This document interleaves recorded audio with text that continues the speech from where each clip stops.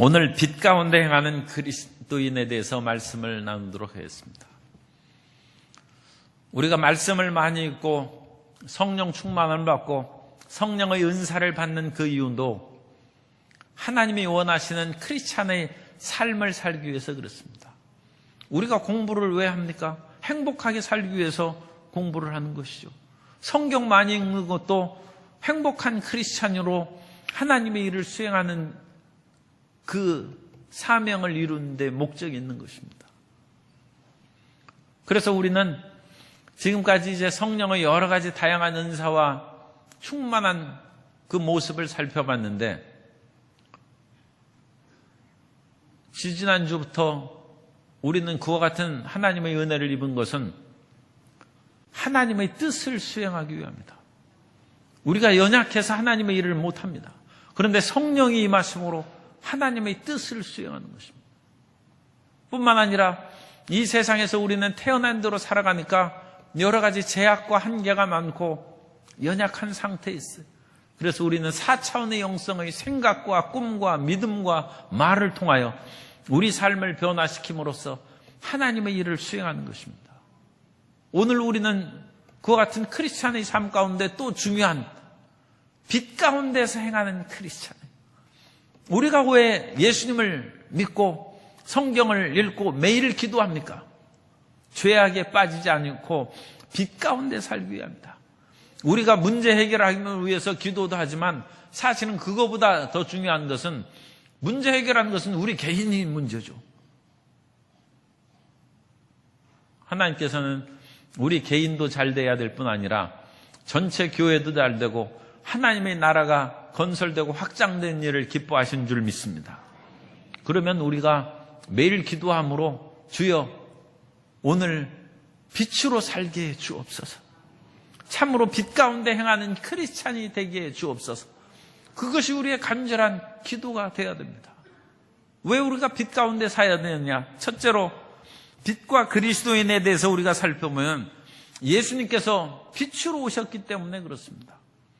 요한복음 1장 4절에 보면 그 안에 생명이 있었으니 이 생명은 사람들의 빛이라. 온 세상이 캄캄하여서 참빛이 없었더니 예수 그리스도께서 오셔서 이 어두운 세상에 빛이 되어 주신 것입니다. 예수님의 태어나신 생신은 우리가 잘 모릅니다, 사실. 그런데 12월 25일로 정한 것은, 그것은 태양의 탄생일이나 마찬가지이기 때문에 그렇습니다. 동지가 지나면, 동지는 태양의 죽음의 날입니다. 가장 태양이 짧고 밤이 긴 날이 동지입니다. 그래서 동지 긴 밤에 이제 동지 팥죽을 먹은 것이요. 전 이미 신방 가서 동지 팥죽을 먹었습니다. 그렇기 때문에 이미 문제가 해결되고 빛이 다가오는 거예요, 빛이. 그래서 동지가 지나고 하루나 이틀이 혹시라도 동지는 막 변합니다. 이게 그 천체력에 의해서. 그래서 22일도 되고 23일도 되고 혹시 24일이 될지라도 25일에는 반드시 태양이 길어지고 어둠이 줄어든다는 거죠. 그래서 그날이 크리스마스예요. 그날이 예수님께서 빛으로 오셨다는 것입니다. 뿐만 아니라 빛으로 오신 예수님께서는 이 세상을 살아갈 때 어둠이 조금도 없으셨어요. 요한복음 8장 46절에 보면 너희 중에 누가 나를 죄로 책잡겠느냐? 내가 진리를 말하는데도 어찌하여 나를 믿지 아니하냐? 죄가 있는 것은 어둠이 있는 것이죠. 그러나 예수님께서는 죄가 없으시고 어둠이 조금도 있지 아니하시다는 것입니다. 그래서 이 빛이신 예수님을 우리가 믿음으로 우리도 빛의 자녀가 된다고 요한복음 12장 36절에 보면 너희에게 아직 빛이 있을 동안에 빛을 믿으라. 그리하면 빛의 아들이 되리라. 예수께서 이 말씀을 하시고 그들을 떠나가서 숨으시니라. 그래서 우리는 빛의 자녀인 것입니다. 옆에 계신 성도님에게 성도님은 빛이십니다. 우리가 예수님을 믿음으로 우리는 빛이에요. 우리는 숨길 수 없는 빛입니다. 그래서 이 어둠의 세상에서 우리가 나가면 세상이 밝아지는 거예요. 베드로전서 2장 9절에 보면 주님께서 우리를 택하시고 왕같은 제사장으로 삼는 이유가 여기에서 나와 있습니다. 그러나 너희는 택하신 족속이요 왕같은 제사장들이요 거룩한 나라요 그의 소유가 된 백성이니. 우리가 이와 같이 사중신분을 많이 얘기하는데, 사중신분을 가진 그 이유는 이 땅에서 무슨 권리나 영예나 부귀영화를 누리라고 하는 그런 의미가 아니라, 그 다음에 이는 너희를 어두운 데서 불러내어 그의 기이한 빛에 들어가게 하신 이의 아름다운 덕을 선포하게 하려 하십니다. 그리고 우리가 나감으로써 저 사람이 예전에는 좀 어두운 것 같았는데 예수님을 믿고 나서 왕같은 제사장처럼 살아가는 거 보니까 그 변화시킨 하나님이 얼마나 위대하신지 알 수 있겠다. 그래서 우리를 구원하사 기이한 빛에 들어가게 하신 이의 아름다운 덕을 선전하게 하기 위함이다. 하나님의 기이한 빛으로 모든 것을 만물을 이끌어 가십니다. 좀 신비한 얘기입니다만, 어떤 사람이 한 11월쯤 10월이나 11월쯤에 포도 한 상자를 받았어요. 그리고 거기에다가 포도 그 잎사귀하고 가지가 조금 붙어있는 그런 포도송이, 막바지 마지막 포도송이죠. 그래가지고 그걸 딱 열어보니까 청개구리가 한 마리 폴록 튀어나왔어요. 거기 개구리가 숨어 있었던 거예요. 그런데 이미 10월이 돼서 이 개구리 보고 집을 나가라고 할 수도 없잖아요. 이 날씨도 추워지고 그런데. 그래서 방 안에서 그냥 청개구리를 키웠어요. 온갖 책을 보고 그렇게 물을 주고 그렇게 해서. 그런데 청개구리가 살았어요. 그런데 청개구리가 여기저기 팔짝팔짝 뛰어다니다가 이불에 깔려서 압사했어요. 그냥 이불을 내리다가 그 밑에 팔짝 뛰어 들어가는 바람에 청개구리가 죽었어요. 그래 너무 마음이 아파가지고 그냥 불쌍한 청개구리 생각하면서 갔는데, 어느 날 저녁에 집으로 돌아오면서 자동차 헤드라이트를 탁 켜고 집의 그런 그 아파트나 거기로 이렇게 들어오는데 헤드라이트에 개구리가 한 마리 팔짝 뛰는 거예요. 보니까 죽은 청개구리예요. 그러면서 그 청개구리가 팔짝 뛰면서 나는 빛 가운데 살아있다고 차에서. 그래 내려서 보니까 이미 죽은 개구리가 거기서 뛰어다닐 수가 있어요. 모든 존재는 빛이신 하나님의 세계 속으로 들어가는 것입니다. 하나님이 기이한 빛 속으로 들어가는 거예요. 우리가 전에는 어둠이었습니다만 이제는 그리스도 예수로 말미암아 그의 기이한 빛 가운데로 들어가서 저분이 저렇게 변하다니, 하나님은 위대하시다는 그 아름다운 덕을 선포하게 하신다는 것입니다. 그런데 우리가 이제 주님 안에서 빛의 존재가 됐음에도 불구하고 세상은 여전히 어둡습니다. 어둡고 죄악으로 가득한 세상입니다. 빌립보서 2장 15절에 보면 이는 너희가 흠이 없고 순전하여 어그러지고 거스르는 세대 가운데서 하나님의 흠없는 자녀로 세상에서 그들 가운데 빛들로 나타내며. 그래서 이 세상은 하나님의 뜻에 부합하고 하게 살지 아니하고 어그러지고 거스르는 세대예요. 하나님의 뜻을 반대하고 어두움을 좋아하고 쾌락 사랑하기를 하나님보다 사랑하는 것보다 더하고, 그런 세대 속에서 우리가 빛으로 살아가는 것입니다. 그러므로 우리가 빛으로 살아가는 것이 쉽지가 않죠. 왜냐하면 세상이 같이 화나면 우리가 어울려서 세상 속에서 우리는 살아가야 되니까 밝게 살아갈 수 있을 텐데, 세상은 계속 어둠의 길로 치달려 가는데 우리는 그것을 세상을 거슬려서 빛의 자녀로 살아가기가 쉽지가 않은 것입니다. 그럼에도 불구하고 마태복음 5장 14절 이하의 말씀을 우리가 기억해야 됩니다. 너희는 세상의 빛이라. 산 위에 있는 동네가 숨겨지지 못할 것이요 사람이 등불을 켜서 말 아래에 두지 아니하고 등경 위에 두나니 이러므로 집안의 모든 사람에게 비추느니라. 그래서 우리는 세상의 빛이 되어서 모든 사람을 비추는 빛으로 살아가야 되는 것입니다. 그런데 우리가 빛으로 살아간다는 그 말에 대해서 마음에 크게 와닿지 않아요. 그래서 두 번째로 빛 가운데 행해야 되는 그런 빛의 그런 성격에 대해서 우리가 살펴보도록 하겠습니다. 우리가 빛 가운데 행한다는 것은 에베소서 읽은 5장 9절의 말씀처럼 빛의 열매는 모든 착함과 의로움과 진실함이 있느니라.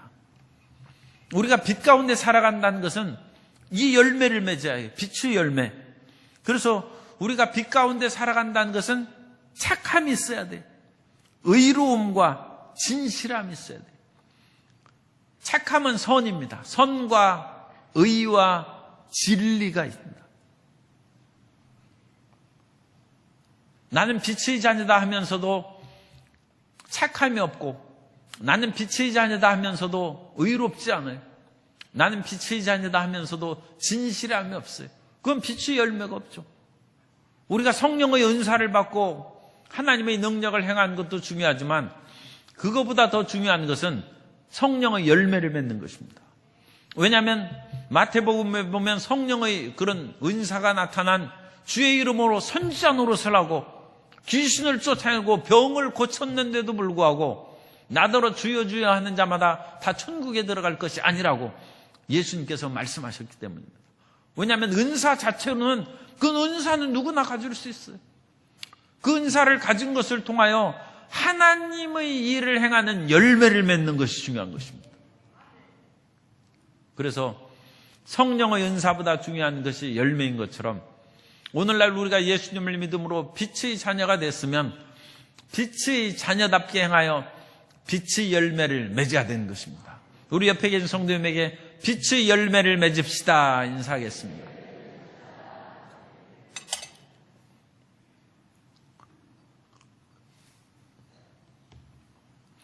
우리가 착함과 의로움과 진실함 가운데 살아가는 반대 얘기도 또 들어야 돼요. 그러면 우리가 훨씬 더 잘 이해할 수 있습니다. 에베소서 5장 3절에 보면 음행과 온갖 더러운 것과 탐욕은 너희 중에서 그 이름조차도 부르지 말라. 이는 성도에게 마땅한 바니라. 같은 에베소서 5장에서 3절에서 빛의 반대되는 어둠의 일을 몇 가지 얘기했어요. 그 어둠의 일은 음행이에요. 인간에게 있어서 이런 성적 욕구는 그야말로 상당히 큰 문제죠. 그래서 그것을 자칫 제어하지 못하면 음란하고 방탕하게 되는 것입니다. 그리고 사람들이 이사야가 난 입술이 부정한 백성이라고 한 것처럼 그 더러운 것으로 인해서 그 잘못된 그런 죄악에 빠지는 것이고, 인간에게 있어서 끊임없이 탐욕이 있어요. 탐욕. 밥을 한 숟갈 먹으면 더 먹고 싶고, 그래가지고 밥의 숟가락을 통제할 수 있는 사람은 훌륭한 사람입니다. 그래서 한 숟가락 더 먹고 싶은 것을 안 먹고 내려놓는 사람은 다른 죄악도 내려놓을 수 있어요. 그래서 이 마음의 탐욕을 끊어버리는 것이 힘듭니다. 그래서 우리의 착함과 의로움과 진실함은 이 세 가지 반대되는 것들을 우리가 죄악의 길을 벗어버림으로써 수행할 수 있다. 그렇게 이제 생각할 수 있습니다. 고린도 교회는 성령의 은사가 풍성한 교회였습니다. 고린도전서 12장을 통해서 우리가 여러 주 동안 성령의 은사에 대해서 말씀을 살펴봤는데, 그러면 고린도 교회가 바람직한 교회였는가? 그렇지 않습니다. 성령의 다양한 은사는 풍부했지만 바람직하지 못한 죄들이 많은 고린도 교회였어요. 고린도전서 1장 7절에 보면 너희가 모든 은사에 부족함이 없이 우리 주 예수 그리스도의 나타나심을 기다림이라. 고린도 교회는 모든 은사에 부족함이 없어요. 그런데도 불구하고 고린도전서 1장에 보면 4개의 분파로 나눠졌어요. 바울파, 아볼로파, 게바파, 그리스도파.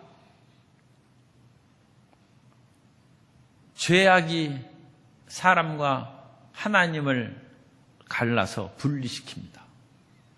죄악이 사람과 사람 사이를 분리시키고 고통스럽게 합니다. 죄악이 부모와 자녀 사이를 갈라놓습니다. 분리를 가져온 것은 죄입니다. 그래서 인생이 온전치 못한 삶을 살고 외롭게 사는 것은 죄악으로 말미암아 분리되었기 때문입니다. 그러면 고린도 교회는 이와 같이 4개의 파로 분파가 나누어졌으니까 그건 죄가 있는 것이죠. 그러므로 은사는 풍성하게 나타나는데도 불구하고 죄로 말미암아 그 은사가 제대로 역할을 못하고 성령의 열매를 맺지 못하는 비극적인 상황으로 발전하게 되는 것입니다. 고린도 교회의 그 대표적인 죄가 음행의 죄가 있어요. 그래서 고린도전서 5장 1절에 보면 너희 중에 심지어 음행이 있다 함을 들으니 그런 음행은 이방인 중에서도 없는 것이라. 그래서 이 음행으로 말미암아 죄악이 교회 안에 들어왔어요. 그런데 교회 안에 들어오고도 고린도전서 6장 8절에 보면 너희는 불의를 행하고 속이는구나. 그는 너희 형제로다. 이 말씀은 우리가 지금 전체를 다 고린도 전서를 다 읽을 수가 없기 때문에 군데군데 읽는 것입니다. 그런 죄를 지은 사람을 아무도 바로잡아주고 얘기를 안 한다는 것입니다. 그런데 그 사람 너희 형제 아니냐? 그런데 그 사람이 지은 죄를 모른 척하고 스스로 속이고 그렇게 있다는 거예요. 그래서 그 사람한테 그런 죄를 지으면 안 됩니다. 말을 안 해주고 그냥 만나면 그냥 미소 짓고 물론 뭐 그렇다고 해서 원수처럼 대할 수는 없죠. 그런 건 아니지만 그 사람의 죄를 모르는 듯이 그냥 악수하고 그거 해주고 스스로를 속인다는 거예요. 그러므로 너희 그 공동체 고린도 교회의 죄가 여전히 그 속에 나타나고 그런 죄악으로 말미암아 각 사람에게 퍼져나간 것이 결국은 분파를 만들고 서로 화합하지 못하게 만들고 화합하지 못하고 나누어져 있으므로 고린도 교회가 성장하고 발전하여 하나님을 기쁘시게 하는 일을 하지 못한다는 것입니다. 그러므로 이 고린도 교회가 빛의 역할을 제대로 수행하지 못한다. 그러므로 우리가 빛 가운데 거한다는 것은 죄악에서 멀리 나가는 것입니다. 잘못된 것들을 제거하고 분리시키는 그 요인을 제거함으로써 온전히 하나님의 뜻 가운데 거하는 것이 돼야 됩니다. 그러므로 고린도전서 5장 13절에 보면 밖에 있는 사람들은 이 교회 밖을 말하는 것입니다. 교회 밖에 있는 사람들은 하나님이 심판하시려니와 이 악한 사람은 너희 중에서 내쫓으라. 그 사람을 훈계하고 경계해서 그 죄악에서 손 씻고 돌이키면 다시 이제 받아들일 수 있는 것이죠. 그러나 그런 죄악을 짓는 사람을 그냥 계속 죄를 짓고 있는데도 불구하고 아무도 말을 안 해요. 그리고 교회는 그래도 다녀도 괜찮은 줄 알아요.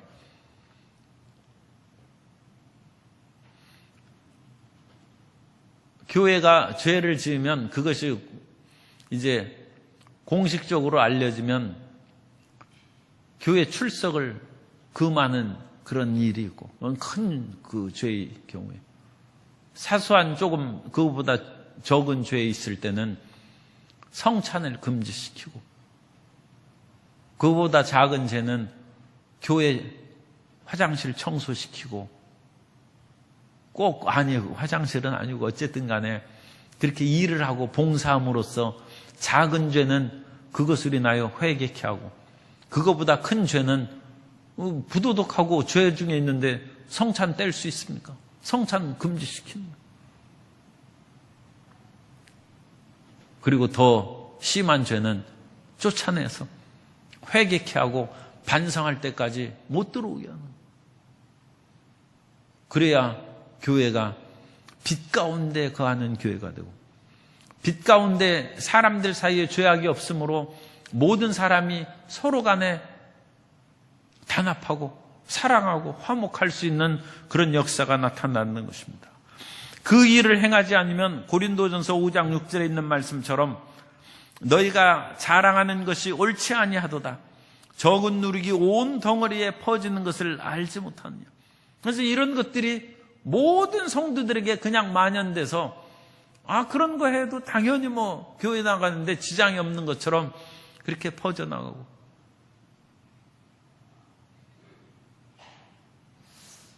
그런 것들이 혹시라도 한국교회에 퍼져나갔으면, 그래서 한국교회가 그것으로 어려움을 당하고, 그런 말을 우리가 잘 하고 싶진 않지만, 안 믿는 사람들도 교회가 저래서 되겠느냐 하고 그런 걱정하는 말을 하고, 그런 것들은 참 부끄러운 것이고, 그것은 누룩이 퍼져나가서 다들 그러는데 나도 그렇게 하면 괜찮지 않느냐. 그러나 하나님은 그렇게 생각하지 않습니다. 그건 이 교회의 이 현 시대의 그런 세태에 불과할 뿐이지, 우리는 빛 가운데 행해야 되고 모든 착함과 의로움과 진실함 가운데 살아가야 될 줄로 믿습니다. 그것이 성도의 올바른 그런 신앙생활이고 하나님께서 인정하신 그런 성도가 됩니다. 그래서 세 번째, 빛 가운데 행해야 되는 동기. 우리가 왜 빛 가운데 그와 같이 살아가야 되냐? 모티베이션입니다. 빛 가운데 살아가는 그 동기는, 가장 중요한 동기는 주님의 기쁨이에요. 우리가 빛 가운데 살아가면 주님이 기뻐하시는 거예요. 에베소서 5장 10절에 보면 주를 기쁘시게 할 것이 무엇인가 시험하여 보라.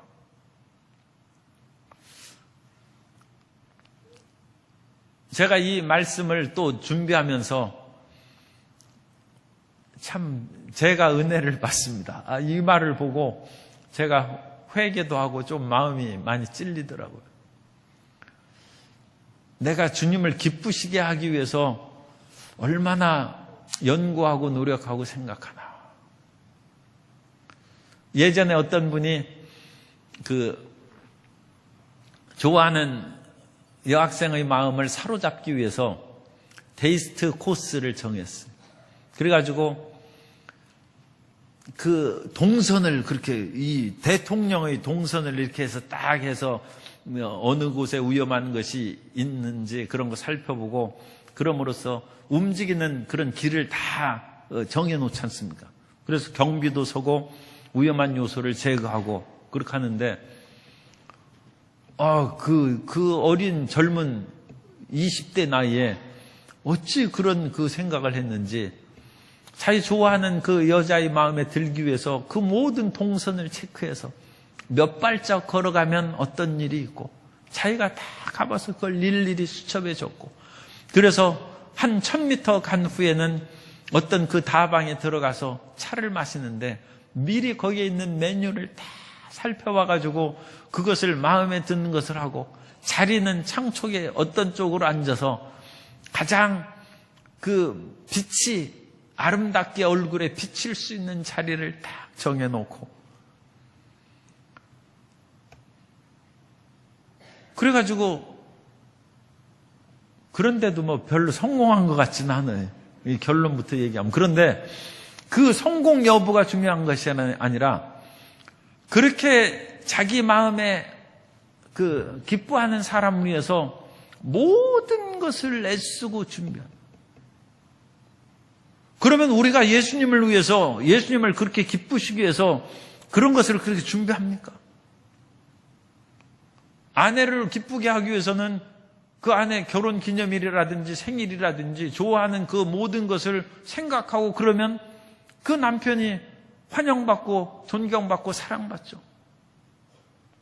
남편이 무엇을 원하는지 그 부인이 끊임없이 생각하면서 그 남편이 원하는 것을 그렇게 해주면 그 아내가 사랑받죠.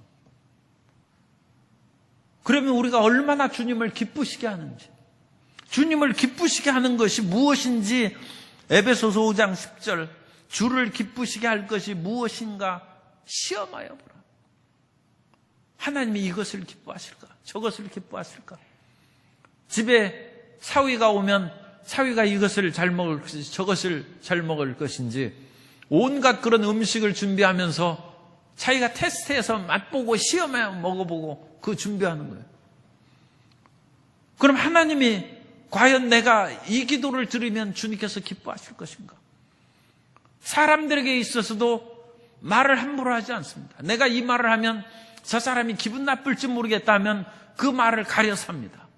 우리 기도 과연 그렇게 합니까? 하나님을 기쁘시게 하기 위해서 내가 이 말을 하는 것은 나한테는 유익이 되는데 하나님께서 과연 그걸 들으시고 내가 얼마나 너를 사랑하고 돌봐줬는데 그런 서운한 말을 하느냐?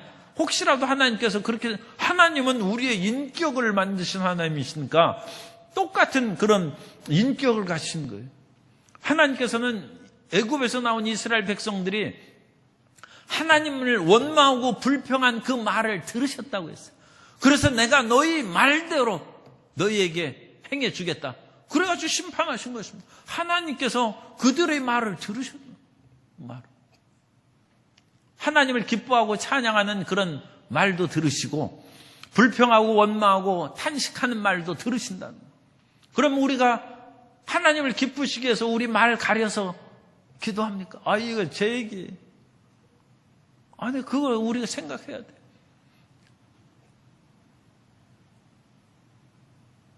하나님이 기뻐하시는 길로 내가 걸어가고 있는지 나의 발걸음을 생각하는 것이고, 주님께 기뻐하는 일을 행하면 하나님이 함께 계십니다. 요한복음 8장 29절에 보면 예수님의 말씀입니다.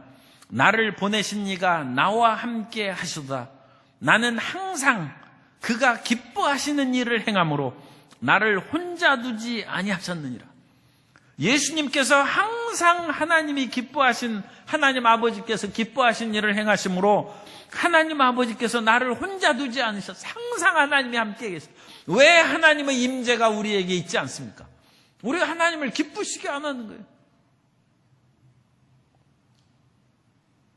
아내가 자꾸 남편을 잘해준다고 그러는데 남편이 원하는 대로 잘해줘야지, 남편이 원하지 않고 아내가 원하는 대로 하면 남편이 귀찮다는 거예요. 좀 저리 가라는 거예요. 그러면 아내가 얼마나 섭섭하고 시험에 들겠습니까? 아버지는 아들하고 같이 있고 싶어서 자꾸 그러는데 아들은 아버지 왜 안 가는지 자꾸 살펴보고 제발 나 혼자 있게 놔두라고 나중에는 큰 소리 치는 거예요. 왜 그렇습니까? 아버지가 자기 기뻐서 아들 붙잡고 있지 아들이 아버지를 기뻐하지 않아요. 왜냐하면 아들이 기뻐하는 것을 아버지가 안 해주니까 아버지하고 같이 있고 싶지 않죠. 왜 하나님이 우리와 함께 거하시지 않는가? 우리가 하나님의 기뻐하신 일을 안 해. 그러면서 하나님은 왜 나하고 멀리 계십니까? 말이 안 되죠. 세상에서도 우리가 기뻐하신 그런 일을 안 하면 그 사람하고 우리가 왜 같이 있습니까? 체면 때문에 조금 같이 있어도 우리가 기쁨이 없는 그 사람은 빨리 갔으면 좋고 헤어지기 쉽죠.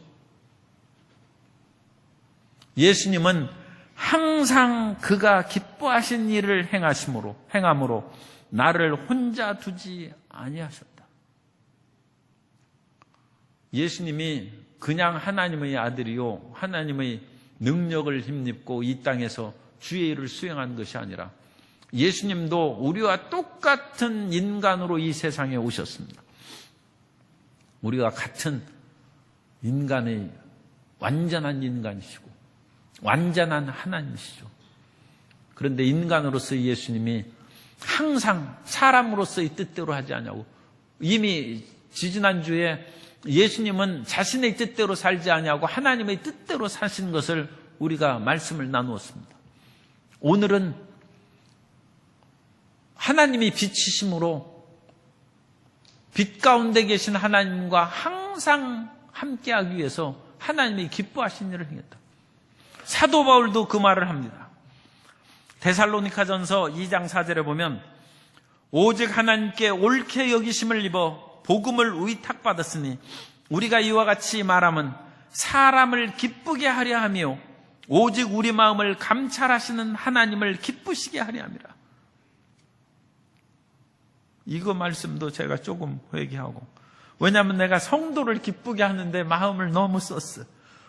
나는 그것이 하나님을 기쁘시게 하는 것이라고 믿고 있기 때문에. 그런데 또 막상 보면 하나님께서 기뻐하시지 않는 그런 태도도 있어요. 성도님들이 그런 예배의 습관이라든지 신방 가서 예배 드릴 때도 하나님 중심으로 예배 드리지 않는 그런 사람들이 가끔 있어요. 그런데 내가 말을 거기에서 또 나무라는 말을 할 수 없잖아요.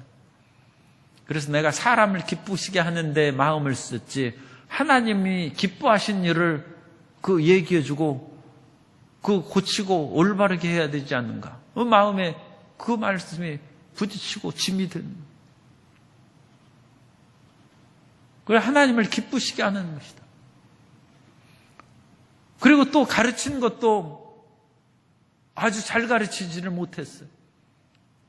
왜냐하면 나는 너무 하나님의 복받고 치료받는 것을 많이 가르쳤어요. 선포했어요. 그런데 어떻게 하면 하나님을 기쁘시게 하고 하나님 마음에 쏙 드는지 그 얘기를 많이 안 하고, 그 일을 대표적으로 그야말로 드러내놓고 그것을 가르쳐야 되는데 그렇게 못한 것 같아요. 그래서 데살로니가 4장 1절에 보면 사도 바울은 그걸 가르쳤다는 거예요. 데살로니가 4장 1절에 보면 그러므로 형제들아 우리가 끝으로 주 예수 안에서 너희에게 구하고 권면하노니 너희가 마땅히 어떻게 행하며 하나님을 기쁘시게 할 수 있는지를 우리에게 배웠으니. 사도 바울은 잘 가르친 거예요.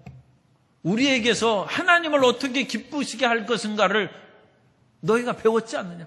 사도 바울이 그거 가르친 거예요. 그걸 가르쳐야 돼요. 하나님을 기쁘시게 하면 그것이 만사형통하는 것이고 행복하게 되는 길입니다. 아니 하나님이 우리를 기뻐하시면, 하나님이 성도 여러분 한 사람 한 사람을 기뻐하시면 세상에 무슨 문제가 있겠어요. 하나님이 기뻐하시는데. 그런데 하나님을 기쁘시게 하는 일에 우리가 너무, 하나님이 너무나 우리를 사랑하시고 자비로우시고 은혜로우시기 때문에 하나님을 자칫 소홀히 여기고, 하나님 기뻐하는 것은 당연히 하나님이 하시는 것이고 사람에게 많이 신경 씁니다. 아버지, 할아버지는 어른이시니까 당연히 이해하시겠지. 그래서 너무 애들에게만 신경을 쓰는 거와 마찬가지예요. 아버지를 기쁘게 안 했어요. 아버지는 늙고 이제 돈도 못 벌어 오시는 아버지라고 해서 그냥 별로 기쁘게 할 생각도 안 하고, 돈 벌어 오는 자녀나 그 어린 생명들은 보면 그냥 기쁜 것이죠. 너무 그거에만 신경 써요.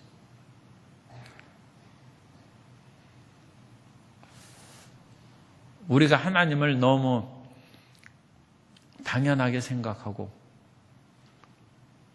하나님을 기쁘시게 하는데 신앙의 초점을 두지 않는 그런 잘못을 우리가 회개해야 됩니다. 그래서 범사에 하나님을 기쁘시게 한다. 그러니까 범사에 감사할 뿐만 아니라 범사에 하나님에 대해서 생각합니다. 하나님, 이것을 하면 하나님 기뻐하실까? 저렇게 하면 하나님이 기뻐하실까? 삶의 초점이 하나님을 기뻐하는데,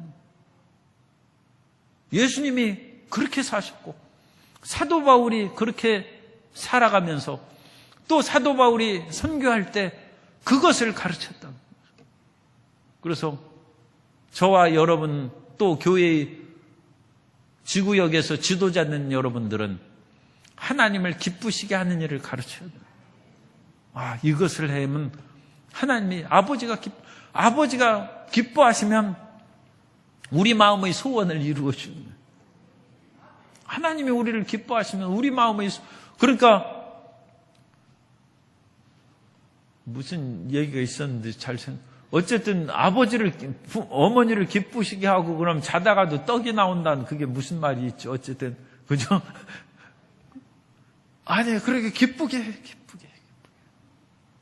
그런데 하나님을 오늘 기쁘게 하는 가장 중요한 요소 가운데 하나가 빛으로 행합니다. 따라서요. 빛 가운데 행하면 하나님이 기뻐하십니다. 그거예요. 그러니까 우리가 빛 가운데 왜 행해야 됩니까? 하나님 아버지가 기뻐하셔요. 학생들이 왜 공부해야 됩니까? 아버지가 기뻐하잖아요. 그리고 아버지가 기뻐하면 용돈도 주고 지자열친이라고 그랬어요. 지혜로운 자식은 아버지를 기쁘게 한다고 했어요. 아내를 기쁘게 하면 온 집안이 평안하고 그 봄바람이 불고 이 추운 겨울에 쌩쌩 바람이 불어도 집에 들어가면 따뜻한 바람이 가득한 것이죠. 그러나 아내를 슬프게 하면 밖에도 춥고 집안은 더 춥고 살 만나겠어요? 그런데 만유의 주제 대신 하나님을 기쁘시게 하면 우리는 행복해진다는 것입니다. 그리고 사도 바울은 살아있거나 죽거나 참 이 놀라운 말씀이에요. 고린도후서 5장 9절에 보면 그런즉 우리는 몸으로 있든지 떠나든지 이거 죽든지 살든지 그 말씀이에요. 몸으로 있든지 떠나든지 주를 기쁘시게 하는 자가 되기를 힘쓰노라. 그래서 사도 바울은 살든지 죽든지 주님을 기쁘시게 한다는 것입니다.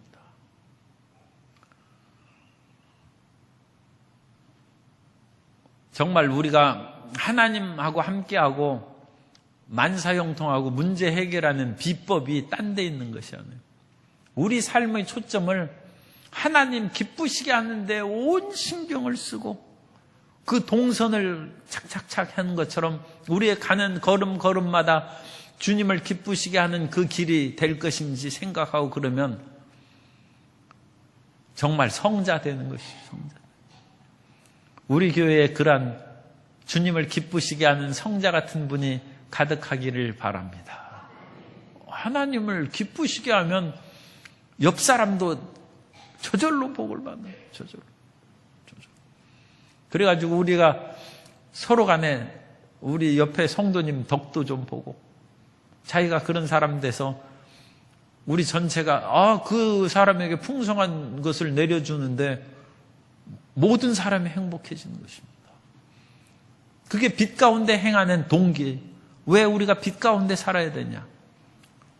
빛이신 하나님을 기쁘시게 하기 때문에. 하나님은 어둠이 조금도 없으시고 회전하는 그림자도 없으신 그 하나님을 기쁘시게 하는 것은 우리가 빛 가운데 행하는 것이고 우리가 빛 가운데 행함으로써 하나님을 항상 기쁘게 하는 데 마음을 쓰면 참으로 그것이 우리의 모든 삶에 은혜를 내리고 복을 내리는 지름길입니다. 끝으로 네 번째, 빛 가운데 행함과 주변의 어두움에 대해서 우리가 살펴볼 수 있습니다. 우리가 빛 가운데 행한다고 해서 주변이 빛이 된 것은 아니에요. 우리는 빛 속에서 사는데 주변은 여전히 어두움 가운데 있다는 것입니다. 그리고 우리가 빛으로 나아가면 이 세상의 어두움을 그 전에는 발견을 못했는데 어두움이 발견되는 거예요. 우리가 깜깜해서 다닐 때는 너나 나나 다 어두우니까 모르고 그렇게 살았어요. 세상의 이런 모든 육신의 정욕, 안목의 정욕, 이생의 사랑에 쫓아서 살아갔는데 그게 정욕인지도 모르고 그냥 그런 인생이 다 그러려니 하고 살았는데 우리가 빛 가운데 사니까 어두움이 드러난다는 거예요. 어두움이. 그래서 그와 같은 어두움을 이제는 우리는 더 이상 살 수 없죠. 예수님께서 거라사, 마태복음에는 가다라라고 나옵니다. 가다라 지방에 가니까 무덤 사이에 귀신 들린 그 두 사람이 나타났어요. 거라사 광에는 한 사람인데 가다라의 그 광에는 두 사람으로 나타나요. 그 이상할 거 없습니다. 가다라에 그런 귀신들이 여러 명 있어요. 여러 명 사람들이 무덤 귀신에 그 귀신 들린 사람이 있었겠죠. 그런데 그 가운데 예수님께서 이제 치료한 사역을 표현하신 것입니다. 그러니까 한 사람만 꼭 있으라는 법은 없죠. 뭐 두 사람, 그 이상도 있을 수 있습니다. 그런데 예수님께서 거기를 그냥 배에 당도하시자마자 가다라의 광인이 뛰어나와가지고 빛이 오니까 그 어둠이 견딜 수 없어서 어찌하여 이곳에 오셔서 우리를 멸하셔 하십니까? 마태복음 8장 29절에 보면 이에 그들이 소리질러 이르되, 그래서 여기는 두 사람이니까 그들이라고 했어요. 그들이 소리질러 이르되 하나님의 아들이여 우리가 당신과 무슨 상관이 있나이까? 때가 이르기 전에 우리를 괴롭게 하려고 여기 오셨나이까? 예수님께서 언제 쫓아내시고 그런 것도 없어요. 그 가다라 지방에 도착하자마자 이런 거예요. 우리가 빛 가운데 가면 세상의 어두움이 우리를 알아봅니다. 그리고 세상의 어두움이 우리를 알아보면 이 귀신이 얘기한 것처럼 때가 이르기 전에, 이것도 귀신들 또 귀신 들리는 그 기간이 있어요. 귀신이 그 기간이 지나면 또 나가고 그래야 돼요. 그래서 성경에 보면 어떤 귀신이 그 사람에게 있다가 나가지 않습니까? 그러다가 또 헤매다가 또 들어오지 않습니까? 왜냐하면 그 속에 주인이 없으니까, 하나님의 말씀과 성령이 없으니까 귀신이, 악한 귀신 7을 데리고 와서 들어오는 그 귀신도 때가 있으면 이제 나가는 것이죠. 정신이 온전할 때가 있어요.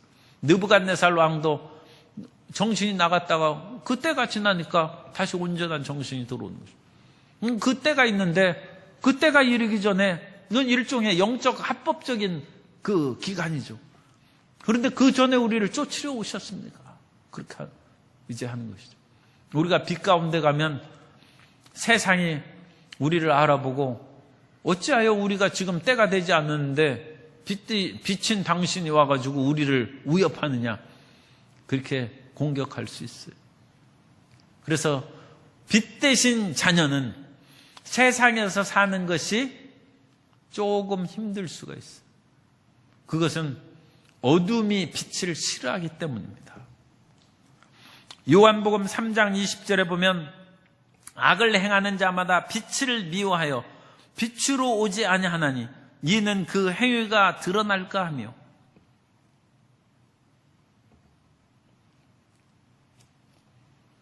소크라테스가 죽은 이유 중 요즘에 아테네의 변명이라는 그런 또 책의 얘기들이 나오고 그러는데, 어찌하여 아테네처럼 민주주의가 발전한 나라에서 소크라테스 같은 그런 위대한 철학자를 죽였을까? 아테네의 수치고 참 신비한 기이한 일이다. 그 얘기하고 있어요. 그런데 그 이유에 대해서 이전부터 나온 얘기가 있어요. 그거는 소크라테스는 의롭고 어둠에 있는 사람이 소크라테스를 보니까 마음에 싫어요. 그 사람이 있는 것이 거추장스러워요. 그래서 소크라테스를 사형언도 내려서 그 가편 사형의 찬성표를 던지고, 왜 사람들이 소크라테스에게 소크라테스를 죽이는데 왜 찬성 투표를 던지느냐? 소크라테스가 있으니까 내 맘대로 죄 짓고 사는 것이 불편하다는 거예요. 그래서 그 사람은 없어져야 우리가 편히 내 거리를 활보하고 살아갈 수 있다. 그래서 소크라테스가 죽었다. 이 세상에서 우리가 빛의 자녀로 사는 것은 그런 위험부담이 있어요. 그래서 사람들은 자기 빛을 드러내지 않으려고 해요. 그러나 우리는 너희는 세상의 빛이라는 말씀을 기억해야 됩니다. 크리스찬이 있는 것은 어두운 세상을 비치기 위함인 것입니다. 그리고 그 빛은 어두움을 이긴다는 것을 믿어야 됩니다. 빛이 어둠에 비치되 어두움이 빛을 이기지 못한 것입니다. 그러므로 혹시라도 우리가 빛으로 나아갈 때 어두움이 우리를 괴롭히거나 힘들게 할 때가 있다 할지라도 어찌 어두움이 빛을 이기겠습니까? 반드시 빛의 자녀가 승리할 줄 믿습니다. 그러므로 빛을 드러내는 것을 두려워하면 안 돼요. 성령의 충만함과 담대함을 얻어서 빛 가운데 우리가 살아가고 하나님의 영광을 드러내고, 더 나아가서 에베소서 5장 11절에는 말씀합니다. 너희는 열매 없는 어둠의 일에 참여하지 말고 도리어 책망하라. 이건 더 힘든 얘기죠. 우리가 빛으로 드러나서 있는 것만 해도 어두움이 싫어하는데 우리는 이 어두움의 세상을 책망하라는 거예요. 죄악 중에 있는 사람들을 책망하고 그들을 올바른 길로 이끌어가라는 것입니다. 그것이 세상을 밝게 하는 크리스찬의 사명이요 임무입니다. 예수님께서도 서기관과 바리새인들의 죄를 책망하셨어요. 결국은 서기관과 바리새인 또 유대 제사장들이 교권주의자들이 예수님 붙잡아서 십자가에 못 박은 것이죠. 침례 요한은 헤롯의 그런 부정한 동생의 아내를 자기 아내로 뺏었어요. 그것을 책망했다고 해서 침례 요한을 죽이지 않습니까? 그러나 어둠의 그런 세력은 오래가지 못합니다. 그러므로 우리는 이 세상에서 더욱 성령의 충만함과 담대함을 받아서 세상의 어두움을 책망하고 그들을 올바른 길로 걸어가게 해야 됩니다. 그것이 이 세상의 어두운 세상에 사는 빛의 크리스찬의 사명이고, 또 우리가 그와 같이 빛으로 살아가면 사람들과의 진실한 교제가 이루어져서 정말로 친구가 되는 거예요. 참된 친구를 만날 수 있는 것은 우리 속에 어둠을 물리치고 빛으로 사귈 때 정말 친구가 되는 것입니다. 그래서 참된 교제가 이루어진다. 그 말씀을 우리 다 같이 읽고 마치도록 하겠습니다. 요한일서 1장 7절 다 같이 읽습니다. 그가 빛 가운데 계신 것 같이 우리도 빛 가운데 행하면 우리가 서로 사귐이 있고 그 아들 예수의 피가 우리를 모든 죄에서 깨끗하게 하실 것이요. 빛 가운데 행할 때 진짜 사귐과 친구가 이루어집니다. 그래서 우리 성도님 많은 친구를 사귀고 이 땅에서도 재밌게 살고 천국 가서도 많이 얘기할 사람들이 많은 복된 자녀가 되시기를 주님 이름으로 축원합니다. 오늘 한 가지 꼭 기억하세요. 우리가 왜 빛 가운데 살아야 돼? 하나님이 기뻐하시기 때문에. 하나님은 빛이시기 때문에 우리가 빛 가운데 사는 것을 기뻐하십니다. 그래서 우리 삶의 초점을 내가 어떻게 하면 하나님을 기쁘시게 할까? 그걸 오늘 이 밤에 연구하고 생각해서 모두 다 하나님을 기쁘시게 하는 빛의 자녀가 되시기를 바랍니다.